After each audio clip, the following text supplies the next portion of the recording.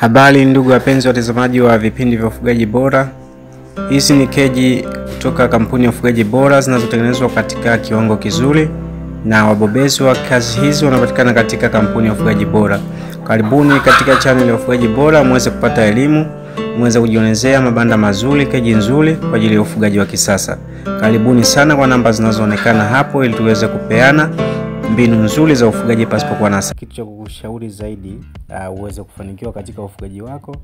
Jitahidi sana uweze kutumia miundombinu iliyo sawa na iliyo sahihi katika ufugaji. Nikizungumzia local cage kama unavyoziona hapa, zinachukua kuku wengi alafu na zenyewe zinakaa katika eneo dogo sana. Local cage zinasaidia mambo mengi.